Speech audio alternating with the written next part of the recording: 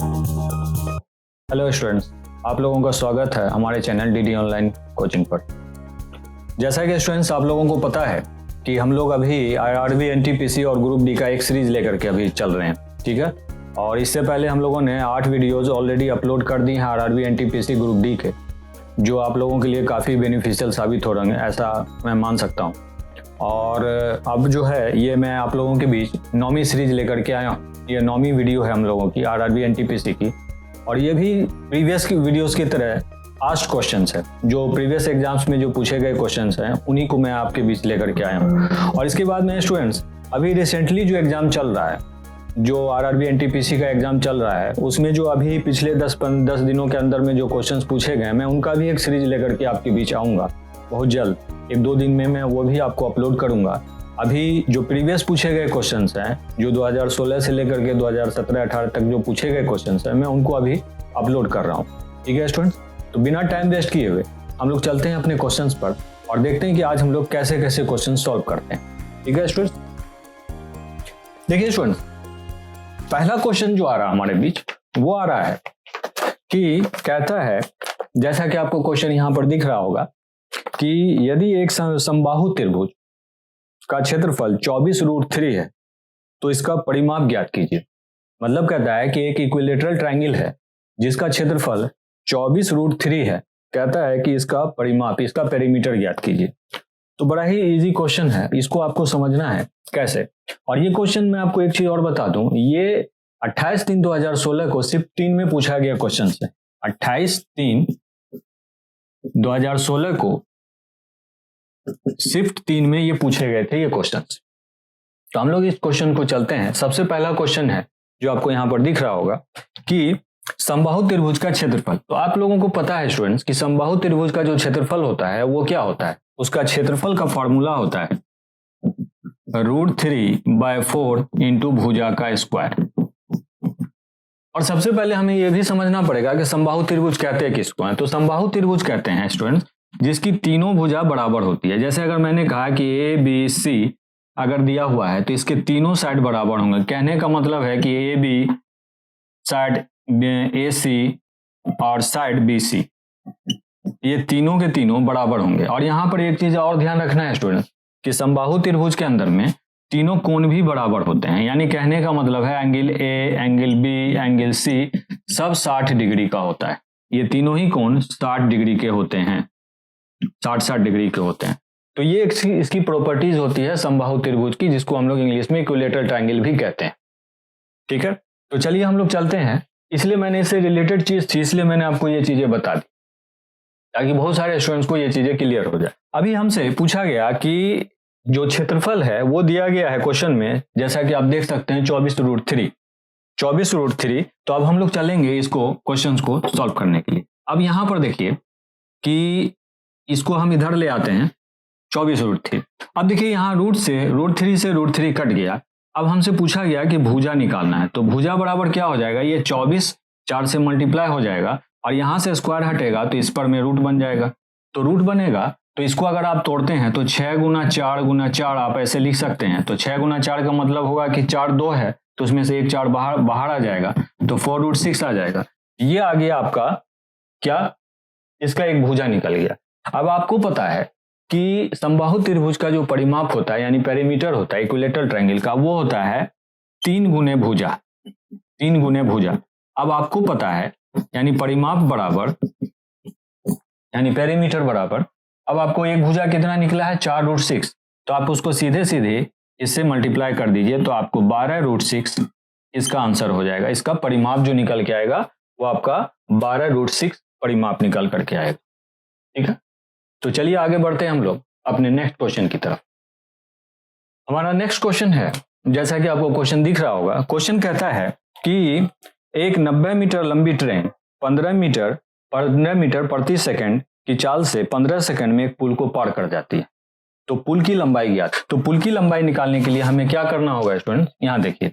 इसके लिए पहले आपको एक चीज मालूम करना होगा कि देखिए होता क्या है, पुल की लंबाई प्लस ट्रेन की लंबाई, पहले आप ये लिख दीजिए और चाल बराबर, यानी कि चाल बराबर आप लिखेंगे चाल बराबर, अब इसको आप समय से कर दीजिए अब चूंकि या तो आप यहाँ पर इस क्वेश्चन में आपको समय और चाल दोनों दिया गया है, समय और चाल दोनों दिया गया है, तो आपको करना क्या है कि समय लिख लीजिए इधर या चाल लिख लीजिए, उससे कोई फर्क नहीं पड़ता है। तो आपको यहाँ पर दे रहा है कि चाल कितना है 15 मीटर पर सेकेंड, 15 मीटर पर सेकेंड, और पुल की लंबाई आपसे पूछी गई है, तो पुल की लंबाई को आप कुछ भी मान लीजिए हमने x मान लिया, तो ट्रेन की लंबाई क्या हो जाएगी, ट्रेन की लंबाई तो हमें दी गई है 90 मीटर, जैसा कि आपको क्वेश्चन में दिख रहा होगा 90 मीटर। तो हम क्या करेंगे, समय हमें दिया गया है कि इस कुल लंबाई को, यानी ट्रेन पुल की लंबाई प्लस ट्रेन की लंबाई को ट्रेन 15 मीटर पर सेकंड के हिसाब से 15 सेकंड में पार कर जाती है, 15 सेकंड।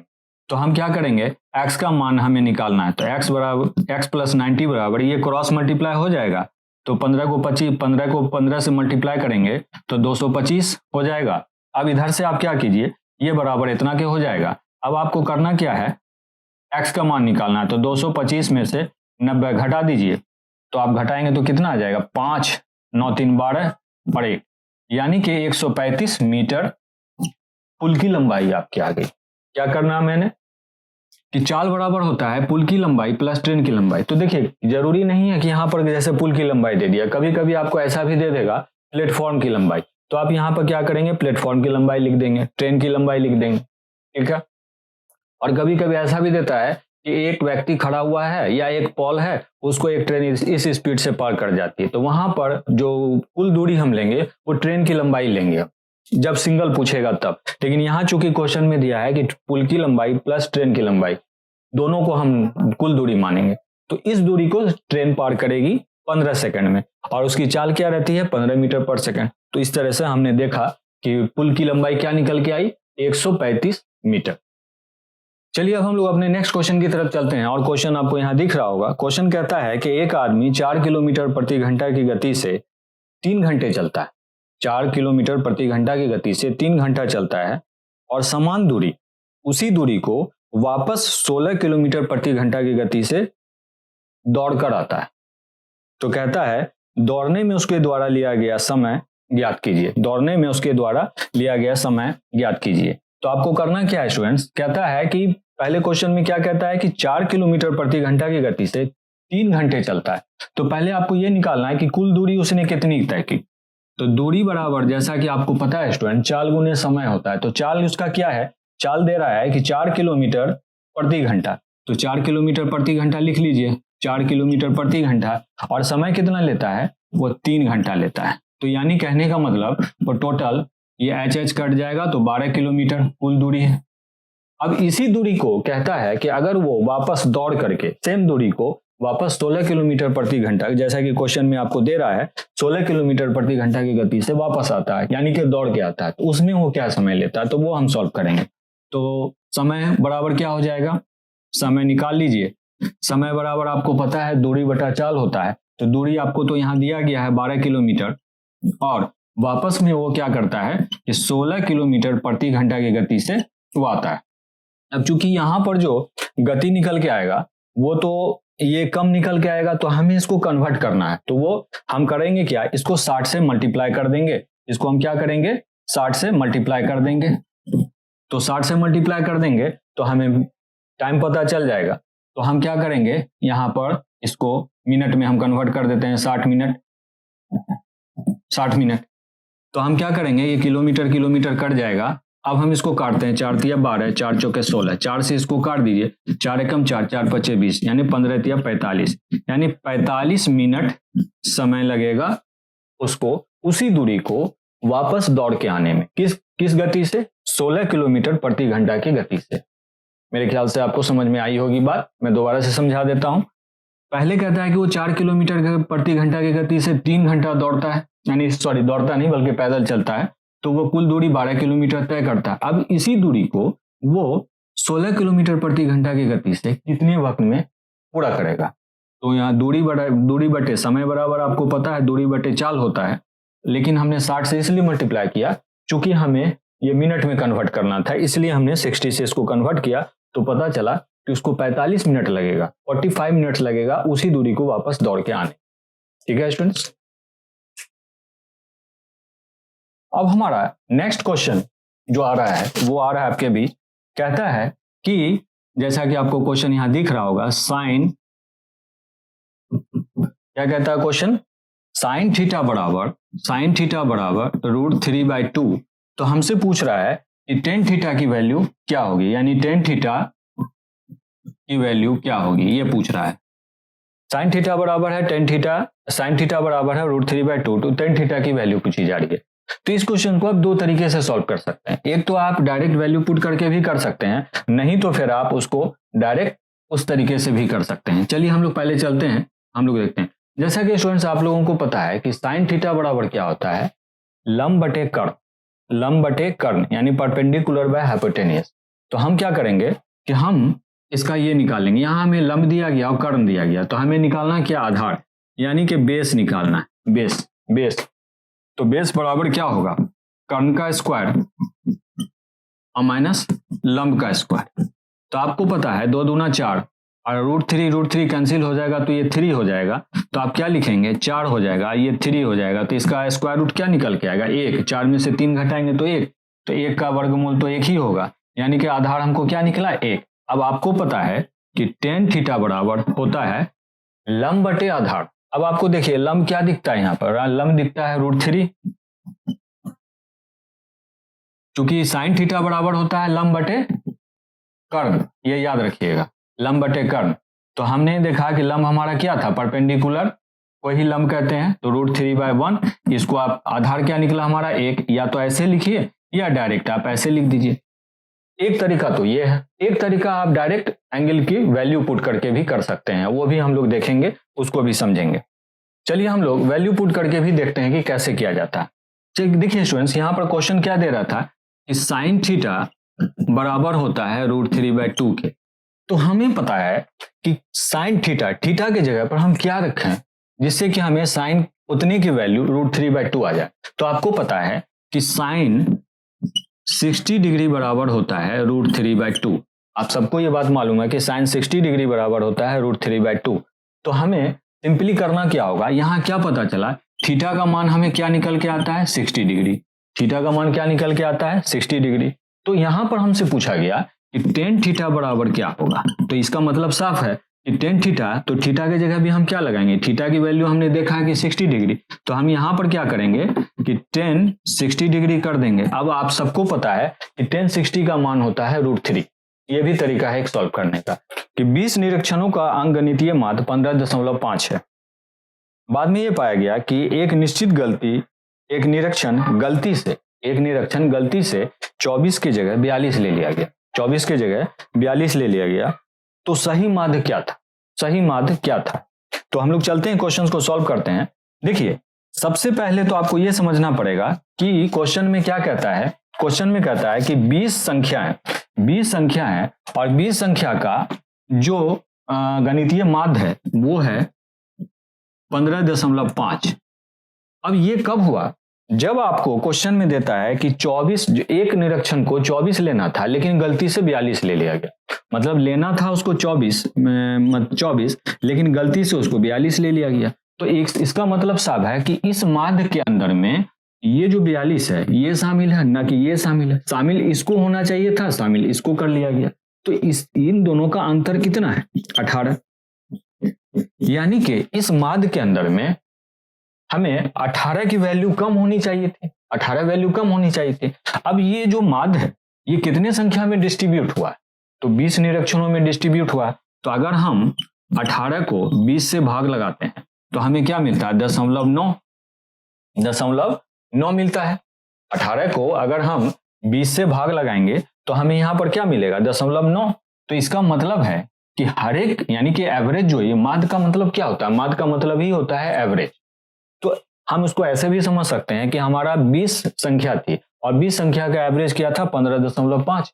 अब कहा कि जो 20 संख्या में से एक संख्या जो है वो लेनी चाहिए थी 24, लेकिन लिया गया क्या, 42, यानी 18 ज्यादा लिया गया।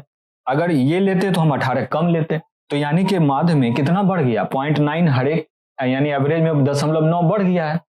क्योंकि 18 बढ़ा ना, तो 18 किस में बढ़ा, पूरे के पूरे 20 संख्या में वो डिस्ट्रीब्यूट हुआ होगा। तो 18 को जब आप 20 से भाग लगाएंगे तो 0.9 निकल करके आएगा। तो अब 0.9 तो नया माध्य क्या हो जाएगा और सही माध्य क्या हो जाएगा, आप लिख दीजिए सही माध्य बराबर हो जाएगा 15.5 और 0.9 इसमें घटा दीजिए तो आपको क्या निकल के आएगा, यहां से इसको घटाएंगे तो 6 हो जाएगा, ये 4 यानी 14.6 आपका जो सही माध्य होगा वो 14.6 होगा। आप एक तरीका तो ये भी कर सकते हैं और दूसरा तरीका आप डायरेक्ट कर लीजिए, मैं वो भी बता देता हूं आपको। देखिए यहां पर कहता है कि कुल मान कितना होगा, पहले हमें निकालना होगा कुल मान। कुल मान बराबर होगा, एवरेज था कितना यानी माध्य था 15.5 और संख्या थी 20, तो अगर आप इसको मल्टीप्लाई करेंगे तो 15 दूना 30 और 20 25 100 यानी 310 हो जाएगा, 310। अब एक बात बताइए आप, 310 तो हो गया लेकिन एक्चुअल में लिया क्या गया, 42 लिया गया था, लेना चाहिए था 24, तो कितना बढ़ रहा है इसके अंदर, यानी कि इस मान के अंदर में आपको 18 ज्यादा आ रहा है, तो 18 आपको कम करना होगा, क्योंकि लेना तो ये है ना, तो इसके लिए आपको क्या करना होगा, इसमें 18 कम करना होगा। तो रियल मान क्या होगा, सही मान क्या होगा, सही मान हो जाएगा इसमें 310 में से आप 18 कम कर दीजिए, तो 18 कम करेंगे तो क्या आ जाएगा, 292 आ जाएगा, सीधा सा हिसाब है, 292 आ जाएगा, 292 आ जाएगा। अब आपको सही एवरेज निकाल देना है, तो सही माध्य क्या हो जाएगा, सही माध्य, अब चूंकि 20 संख्या का आपको निकालना है तो 292 को आप 20 से भाग लगा दीजिए, तो 292 को आप 20 से भाग लगाते हैं तो आप देखिए वही 14.6 आ जाएगा, यहाँ करके देख लीजिए आप। तो 20 से कम 20, 20 चौके 80, 2 आ जाएगा, यहाँ पर एक काट दीजिए, हाँ सॉरी ये हो जाएगा एक तो यहाँ पर ये भी तो आएगा, तो 20 छके 120, तो आप देख लीजिए 14.6। आप ऐसे भी कर सकते थे, ये भी तरीका था करने का। अब आपका नेक्स्ट क्वेश्चन जो आ रहा है वो यहां दिख रहा होगा, क्वेश्चन कहता है कि उस मूलधन का पता लगाइए, उस मूलधन का पता लगाइए जो साधारण ब्याज की 8% वार्षिक दर से 9 महीने में 1000 रुपये हो जाता है, 9 महीने में 1000 रुपया हो जाता है। तो आपको पता करना है उस मूलधन का, तो मान लीजिए कि मूलधन को हमने मान लिया P। अब आपको पता है कि साधारण ब्याज के हिसाब से मूलधन प्लस में साधारण ब्याज दोनों को अगर आप मिला देते हैं तो मिश्र धन बन जाता है। मिश्र धन का क्या फॉर्मूला था, मूलधन प्लस में साधारण ब्याज। तो आप साधारण ब्याज निकालेंगे, आपको दर कितना दिया जा रहा है, दर दिया जा रहा है 8% और समय दिया जा रहा है 9, तो 8% लिख लीजिए। अब चूंकि समय 9 दिया जा रहा है, 9 महीना, समय 9 महीना दिया जाए जैसा कि आपको क्वेश्चन में दिख रहा होगा, तो आप हमेशा याद रख लीजिए अगर आपको महीना दिया रहे ना, महीने दिया रहे तो उस महीने को, महीना दिया रहे तो उस महीने को साल में कन्वर्ट करने के लिए 12 से भाग लगाएंगे, और अगर दिन दिया रहे तो दिन को साल में कन्वर्ट करने के लिए 365 से भाग लगाएंगे। ये दो चीज आप हमेशा याद रखिएगा, महीना अगर दिया है तो 12 से भाग लगाएंगे और दिन दिया है तो 365 से भाग लगाएंगे। अब यहाँ पर आपको करना क्या था, चूंकि ये 9 महीने दिए गए थे तो 9 महीने को आप क्या करेंगे, 9 महीने को आप कन्वर्ट करेंगे साल से, तो 12 से भाग लगाएंगे, तो 12 से आप कर दीजिए। अब यही आपको देता है कि 1000 के बराबर हो जाता है, 1000 के बराबर हो जाता है क्वेश्चन में जैसा कि आपको दिख रहा होगा। तो हम लोग चलते हैं इसको सॉल्व करते हैं, 3 तिया 9, 3 चौके 12, अब 4 दूना 8, ये कट गया, अब 2 से इसको काट दीजिए, 50 हो जाता है, तो ये 50 P और यहाँ पर कितना हो जाएगा 3P, तो ये हो जाएगा 53P/50 बराबर 1000। तो आपको P का मान निकालना है, तो P बराबर, हमसे तो मूलधन ही पूछा गया है, तो हम क्या करेंगे 1000 गुने 50 और बटे 53। अब इसको अगर आप सॉल्व करते हैं तो आपको लगभग 943 रुपया एंड 40 पैसा आपका रिजल्ट निकल के आएगा। ये तो कम से कम आप भाग लगा ही सकते हैं, 1000 यानी कि ये 50,000 हो जाएगा, 50,000 को आप 53 से भाग लगाएंगे, 943 रुपया 40 पैसा आपका आंसर आएगा, जो कि आपको ऑप्शन नंबर सी में दिख रहा होगा। यहाँ पर अपने नेक्स्ट क्वेश्चन की तरफ आते हैं। जैसा कि आपको क्वेश्चन दिख रहा होगा, कहता है कि 5 लीटर चीनी के मिश्रण में 6% चीनी, तो कहता है कि उसमें से 1 लीटर पानी भाप बनकर कर उड़ जाता है, ठीक है। तो अब कहता है कि जो बचा हुआ मिश्रण है उसमें चीनी का परसेंटेज क्या हो।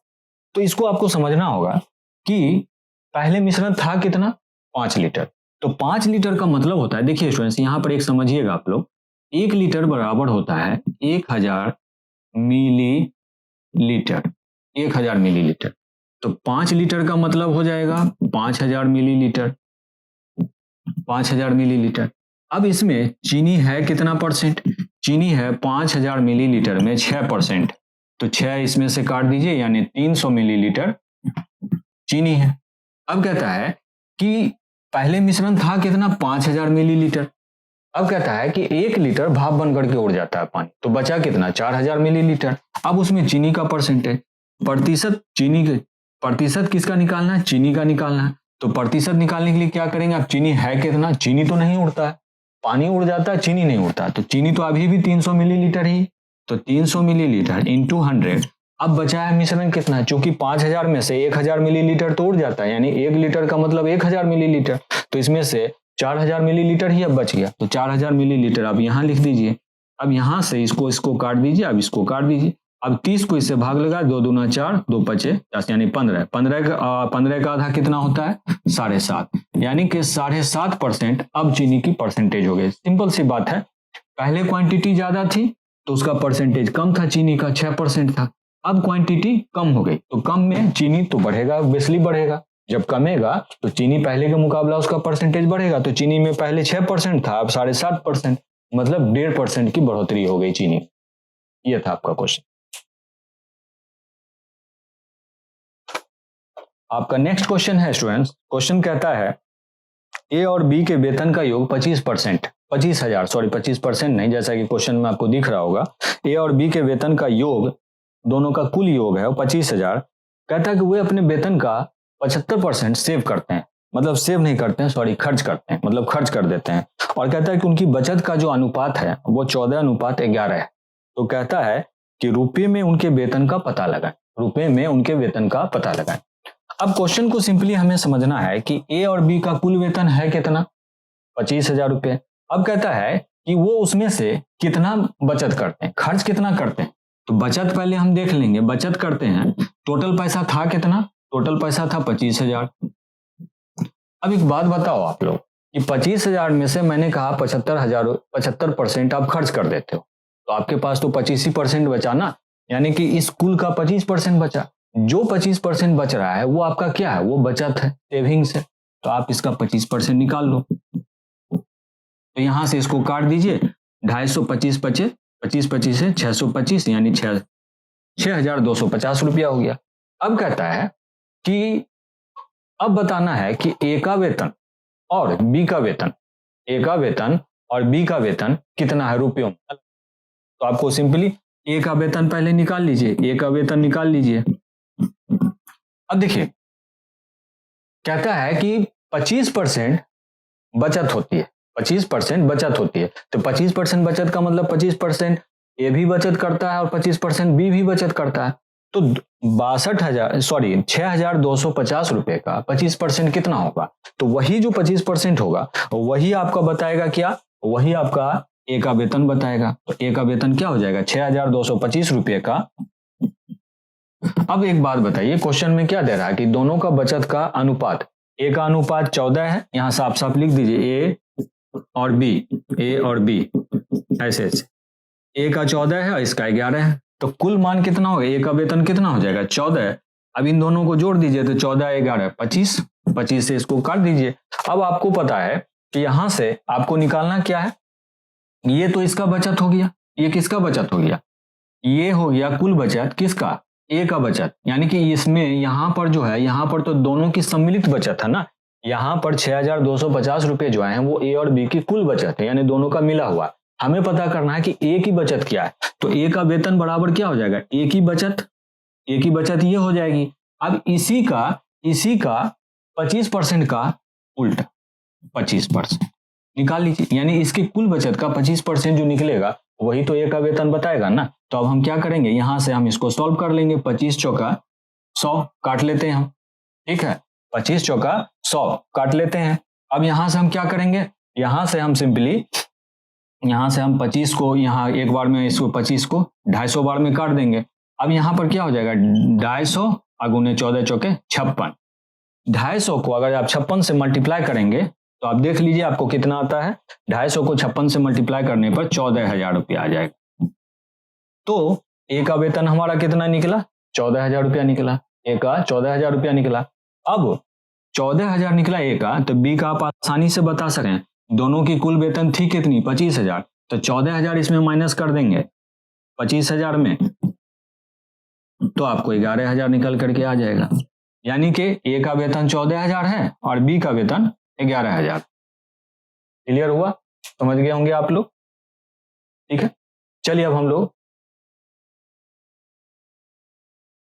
अब हमारा नेक्स्ट क्वेश्चन जो है स्टूडेंट्स, जो आ रहा होगा, जो आपको कॉर्नर पे दिख रहा होगा, क्वेश्चन कहता है कुछ ऐसा, ए का पावर -2 है और यहाँ पर माइनस है। अब कहता है कि डिवाइडेड बाय यानी भागा ए स्क्वायर -1। अब इसको पूरे को आपको भाग लगाना है, ए स्क्वायर -1 को ए स्क्वायर -1 से भाग लगाइए। तो आप इसको कैसे लिख सकते हैं? -1 ए स्क्वायर -1। चूंकि देखिए किसी भी संख्या पर अगर कुछ भी पावर होता है ऐसा हो जाता है। ये घातांक करने का नियम है, जो हम लोग आपको जब घातांक करने का चैप्टर कराएंगे तो उसमें ये चीज हम समझाएंगे, उससे रिलेटेड क्वेश्चन।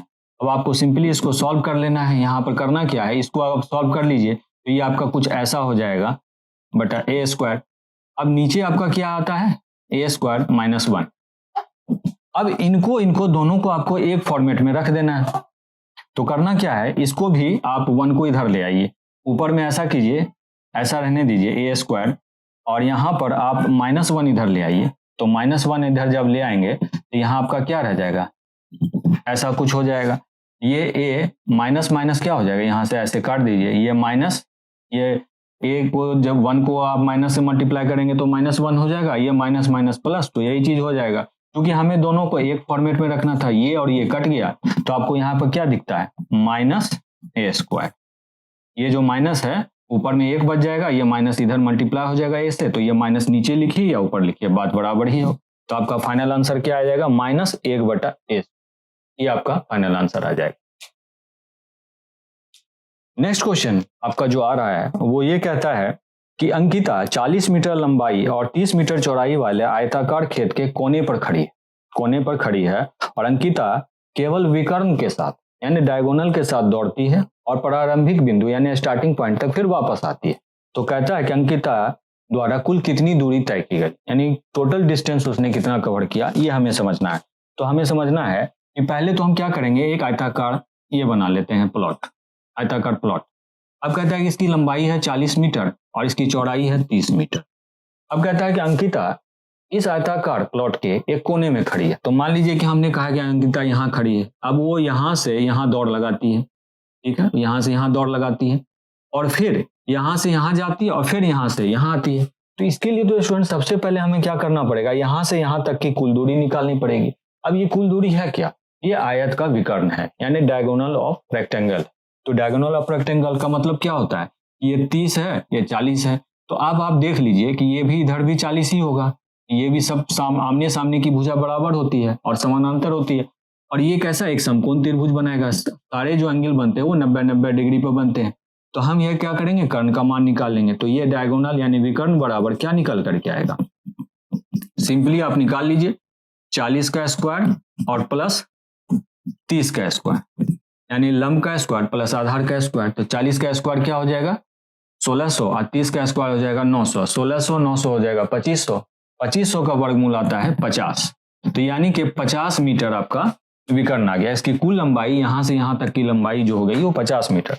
अब कहता है कि अंकिता इस कोने पर खड़ी है, यहाँ से यहाँ दौड़ लगाती है, फिर वापस अपने प्रारंभिक बिंदु स्टार्टिंग पॉइंट यानी यहाँ से यहाँ गई, फिर यहाँ से यहाँ आई। तो इस बीच में उसने कुल कितनी दूरी की, यानी कि इसका दोगुना यानी इसका दोगुना। जब यहाँ से यहाँ तक आएगी तो 50 मीटर, फिर यहाँ से जाएगी तो 50 मीटर। तो 50 मीटर इंटू 2 बराबर 100 मीटर, यानी कि कुल दूरी जो तय करती है वो 100 मीटर की दूरी तय करती है। अब चलिए हम लोग अपने नेक्स्ट क्वेश्चन की तरफ बढ़ते हैं, जो क्वेश्चन आपको कॉर्नर पर दिख रहा होगा। क्वेश्चन कहता है कि एक परीक्षा में 25 सवाल है, एक परीक्षा में 25 सवाल हैं और प्रत्येक सही जवाब के लिए 4 मार्क्स दिए जाते हैं, 4 अंक दिए जाते हैं और प्रत्येक गलत आंसर के लिए 2 मार्क्स काट लिए जाते हैं। ठीक, कहता है कि यदि सीमा ने 70 अंक प्राप्त किए, यानी कि उसको सीमा को 70 अंक प्राप्त होता है, तो कहता है कि उसने कितने सही क्वेश्चन का आंसर दिया था। सही क्वेश्चन आपको पता करना है।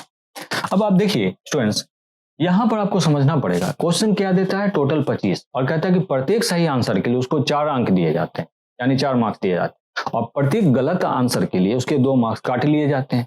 ठीक, तो इसका मतलब क्या है? इसका मतलब है कि अगर मान लीजिए कि वो 25, इसको हम लोग एलिगेशन और मिक्सचर के फॉर्मेट में बनाएंगे, यानी मिश्रण के रूल से बनाएंगे हम लोग। बनाने के लिए तो एक्स वाई जेड पर भी बना सकते हैं, लेकिन जो तरीका मैं बता रहा हूं आपको, उस तरीके से बनाए ऐसे क्वेश्चंस तो आपको इजीली सॉल्व हो पाएगा। देखिए हम लोग यहाँ क्या करते हैं, क्वेश्चन कहता है कि टोटल क्वेश्चन थे क्या 25।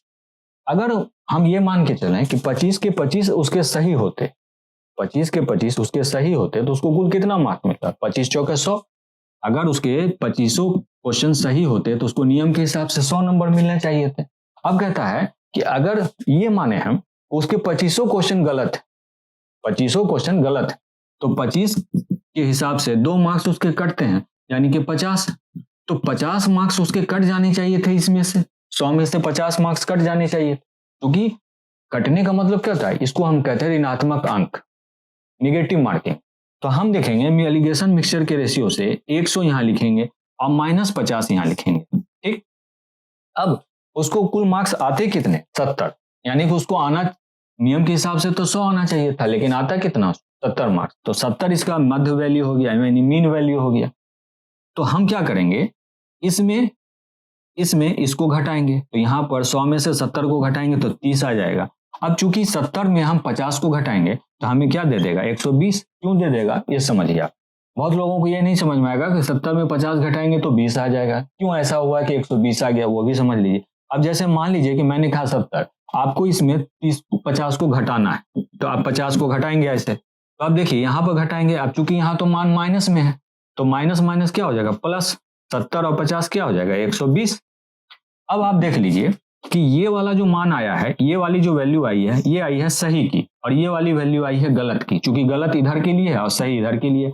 अब इसको आप और भी छोटा कर सकते हैं, तो 30 चौके 120 यानी 4:1 भी लिख सकते हैं। तो आपसे पूछा गया कि कितने क्वेश्चन उसने सही दिए थे, तो 4 सही दिए थे और 4 और 1 का रेशियो बनता है अनुपात, तो हम सीधे सीधे सही निकाल लेंगे। तो क्या निकाल, टोटल क्वेश्चन थे कितने? 25। अब इसका अनुपात कितना है? 4 लिख दीजिए यहाँ। और कुल मान कितना? 4 1 5, तो 5 से भाग लगा दीजिए, 25 25, यानी कि कुल 20 क्वेश्चन उसने सही दिए थे। 20 क्वेश्चन उसने सही आंसर दिया था। आप ऐसे भी चेक कर सकते हैं, अगर मान लीजिए कि अगर उसने 20 क्वेश्चन सही दिए थे तो 20 का मतलब क्या होता है? 20 चौके 80, उसको नियम के हिसाब से 80 आने चाहिए थे। लेकिन क्या कहा कि उसने उसमें से 20 में से कुछ क्वेश्चंस के आंसर गलत भी दिए थे, तो उसके कितने मार्क्स कट गए? यानी कि 10 मार्क्स कट गए। अब यहां से अगर आप निकालते, यहां अगर 1 रखते तो यहां क्या निकल करके आता आपका? 5 क्वेश्चन उसने गलत दिए थे, तो 5 क्वेश्चन उसने अगर गलत दिए तो 5 का मार्क्स कटा ना, 5 दूना 10 मार्क्स उसके कट गए। तो 10 मार्क्स अगर कटते तो उसको कितना आता है? 70 मार्क्स। यही था क्वेश्चन में। आपका नेक्स्ट क्वेश्चन है स्टूडेंट, जो है कहता है कि 2 पॉजिटिव नंबर है, 2 धनात्मक नंबर हैं और जिनका गुणनफल 375 है। कहता है जब एक संख्या को दूसरी संख्या से भाग लगाया जाता है, यानी डिवाइड किया जाता है, तो 5/3 बचता है। तो कहता है कि सबसे छोटी संख्या क्या थी? स्टूडेंट्स, ऐसे क्वेश्चंस को बनाने का तरीका बड़ा ही सिंपल है, लेकिन कुछ लोग इसको कॉम्प्लिकेटेड कर देते हैं, एक्स वाई मान करके करते हैं, जो काफी लेंदी प्रोसेस में हो जाता है। तो इसका सिंपल सा तरीका ये मैं आपको आज एक रूल बता देता हूं, उसको आप याद रखें। क्या कहता है कि 2 संख्याओं का गुणनफल 375। अब आप देख लीजिए, आप इसको ब्रेक कर दीजिए, कुछ इस तरह से ब्रेक कर दीजिए, जैसे 375 है ना, तो अब इसको ब्रेक कीजिए। हम 25 और 15 में इसको ब्रेक कर देते हैं, 25 और 15 में इसको ब्रेक कर देते हैं। इसकी वजह मैं बताऊंगा 25 और 15 में, कि 25 और 15 था यहाँ पर। आप 25 को 15 से मल्टीप्लाई करेंगे तो ये 15 375 आ जाएगा। अब यही तो कह रहा है क्वेश्चन कि 2 धनात्मक संख्याओं का गुणनफल है 375। अब कहता है कि एक संख्या को अगर हम दूसरे संख्या से भाग लगाएं तो हमें 5/3 मिलता है। यानी कि अगर हम कहें कि 25 को अगर हम 15 से भाग लगाएं तो हमें क्या मिलेगा? 5 × 15, अब 25, देखिए 5/3 मिलता है ना, 5/3 मिलता है। तो ये तरीके से आप बनाइए तो आपका इजली। आप एक तरीका और भी था कि आप डायरेक्ट यहां से 5 × 15, आप जैसे इसको मल्टीप्लाई करते ना इन दोनों को, तो 15 आता, और 15 से जब इसको आप भाग लगाते तो आपको 25 आ जाता। तो कहने का मतलब साफ था कि आप देख लीजिए यहाँ पर, अगर मैं इसको यहाँ पर ऐसे समझाऊं कि 25 का आप गुणनखंड कीजिए, यहाँ लिखिए 25 और 15, आप इसका गुणनखंड करते हैं तो ये आता है, इसका गुणनखंड करते हैं तो ये आता है। आप साफ साफ देख रहे हैं कि दोनों के गुणनखंड में एक कॉमन फैक्टर है 5, इसमें भी 5 मौजूद है, इसमें भी 5 मौजूद है, और यहां पर देखिए 5 और 3 बचता है। कहने का सेंस है कि अगर हम 25 को 5 से भाग लगाते तो हमको 5 ऊपर में बचता और 3 नीचे में। तो क्लियर है कि ऊपर वाली संख्या ज्यादा है, नीचे वाली संख्या कम है, तो 25 ऊपर रहता और 15 नीचे रहता। तो हमेशा इस तरह से क्वेश्चंस को आप ऐसे ही सॉल्व करें तो ज्यादा बेहतर होगा, एक्स वाई के चक्कर में ना पड़े तो ज्यादा सही होगा। तो आपका छोटी संख्या क्या है? 15। आंसर क्या हो जाएगा? 15। बड़ी संख्या 25, छोटी संख्या 15। ऐसे आप सॉल्व कर सकते हैं। आप ऑप्शन से बनाइए, ज्यादा सही रहेगा आपके लिए। अब आपके सामने नेक्स्ट क्वेश्चन जो आ रहा है स्टूडेंट्स, वो आ रहा है ये, कहता है कि cosec theta into tan theta divided by cos theta बराबर क्या होगा। अब चलिए इसको हम लोग सॉल्व करते हैं। कोसेक थीटा बराबर क्या होता है स्टूडेंट? कोसेक थीटा बराबर होता है 1 by sine theta. Cosec theta बराबर होता है 1 बाय साइन थीटा की। ठीक है, क्यों होता है यहां ये भी समझ लीजिए। Sine theta into cosec theta बराबर होता है 1 के। इसकी वजह क्या होती है कि साइन थीटा बराबर होता है लंब बटे कर्ण के, और कोसेक थीटा बराबर होता है कर्ण बटे लंब के, यानी जस्ट इसका उल्टा होता है ये। अगर इसको आप काट दीजिए तो इसकी वैल्यू क्या दे देगा? 1। अब यहीं से अगर मुझे कोई कहे कि कोसेक थीटा की वैल्यू निकालनी है, तो यहां से अगर कोई कहे कोसेक थीटा की तो साइन थीटा यहां चला आएगा तो 1 बाय साइन थीटा हो जाएगा। तो ये तरीका होता है इसका सॉल्व करने का। अब आप यहां देख लीजिए 1 बाय साइन थीटा और टेन थीटा का मान क्या होता है? Sine theta by cos theta. Tan theta बराबर होता है sine theta by cos theta. अब यहां पर आपको कहा गया कि कॉस थीटा को आपको ये करना है, मतलब कि यहां पर सॉल्व करना है। तो आप यहां इसको इससे डिवाइड करेंगे ना तो कॉस थीटा कहां आ जाएगा? नीचे की तरफ आ जाएगा। अब यहां पर आप इजीली सॉल्व कर लीजिए। यहां से आपको करना क्या है? साइन थीटा काट दीजिए तो यहां क्या बच जाएगा? Cos theta. तो कॉस थीटा बराबर क्या हो जाएगा? Cos square theta. आप आंसर ये लिख लीजिए जो कि आपको ऑप्शन नंबर सी में दिख रहा होगा, 1 बाय कॉस स्क्वायर थीटा। तो आज भर के लिए स्टूडेंट्स इतना ही, और आज जितने भी क्वेश्चंस मैंने कराए हैं ये काफ़ी इंपॉर्टेंट क्वेश्चंस आपके लिए। और अभी जितने भी एग्जाम्स हुए हैं अभी रेलवे के, अभी जितने भी 10-12 दिनों के एग्जाम्स हुए हैं उसमें लगभग इसी पैटर्न पर क्वेश्चंस पूछे जा रहे हैं जो अलग अलग चैप्टर से उठाए गए। तो मैं उम्मीद करता हूं कि जो भी क्वेश्चंस मैं करवा रहा हूं, प्रीवियस के जो मेरे 8 वीडियोज़ हैं उनमें भी मैंने जो क्वेश्चंस करवाए हैं वो भी काफ़ी आपके लिए बेनिफिशियल साबित हो सकते हैं। और इस सीरीज़ को मैं अभी कंटिन्यू लेकर के चलूँगा जब तक आरआरबी, एनटीपीसी और ग्रुप डी के एग्जाम चलते रहेंगे, वो सीरीज़ हमारा चलता रहेगा। और इसके साथ साथ बीच बीच में मैं आप लोगों के वैसे वीडियोज़ भी लाऊंगा जो अभी रिसेंटली एग्जाम हो रहे हैं, अभी जो करंट में एग्जाम हो रहे हैं उनके भी क्वेश्चंस का मैं एनालिसिस करके वो भी क्वेश्चंस आपके बीच में लाऊंगा, ताकि जो स्टूडेंट्स का हो चुका है उनको तो अब मैं नहीं कहूँगा, लेकिन जो देने वाले हैं आगे उनके लिए वो अच्छा, मतलब उनके लिए प्रॉफिटेबल हो, क्योंकि उससे उनको एक अंदाजा मिल जाएगा कि अभी जो रिसेंट में जो एग्जाम हो रहे हैं उसमें कैसे क्वेश्चंस पूछे जा रहे हैं, क्या क्वेश्चंस का पैटर्न भी चेंज हो रहा है या वैसे ही ओल्ड पैटर्न पर क्वेश्चंस पूछे जा रहे हैं। ये आप स्टूडेंट्स के लिए काफ़ी बेनिफिशियल साबित हो सकता है। तो इसलिए मैं बहुत जल्द 1 से 2 दिन में वैसे वीडियोज़ को भी अपलोड करूँगा जो अभी 10-12 दिनों में जो क्वेश्चंस अलग अलग चैप्टरों से जो पूछे गए हैं वो आपके लिए उसमें मैं डालूंगा। ठीक है स्टूडेंट्स, तो जाने से पहले एज यूजुअल जो मैं कहता हूँ अपने वीडियोज़ में कि आप प्लीज़ हमारे चैनल को लाइक और सब्सक्राइब करें, और जो भी रेलवे की तैयारी करने वाले स्टूडेंट्स हैं वहाँ तक आप इन वीडियोज़ को ज़रूर शेयर करें ताकि उनको भी फ़ायदा हो। और ये पेंडेमिक का समय है, पेंडेमिक का वक्त है, आप सबको पता है, इससे सारे कोचिंग संस्थान बंद हैं और स्टूडेंट्स के पास एक यूट्यूब ही एक बहुत अच्छा जरिया है अपने आप को, अपनी तैयारी को कंप्लीट करने का। तो इस तरीके से सुदूर गांव में रहने वाले, बिल्कुल सुदूर जगहों में रहने वाले लोगों को यूट्यूब काफ़ी हेल्प पहुंचा रहा है, और इससे मैं उम्मीद करता हूं कि उनको काफ़ी फ़ायदा हो रहा हो। ठीक है स्टूडेंट, तो चलिए हम लोग अपने नेक्स्ट वीडियोज़ में मिलेंगे, और तब तक के लिए थैंक यू वेरी मच, और बी सेफ और अच्छे से आप लोग रेलवे की तैयारी कीजिए। Thank you.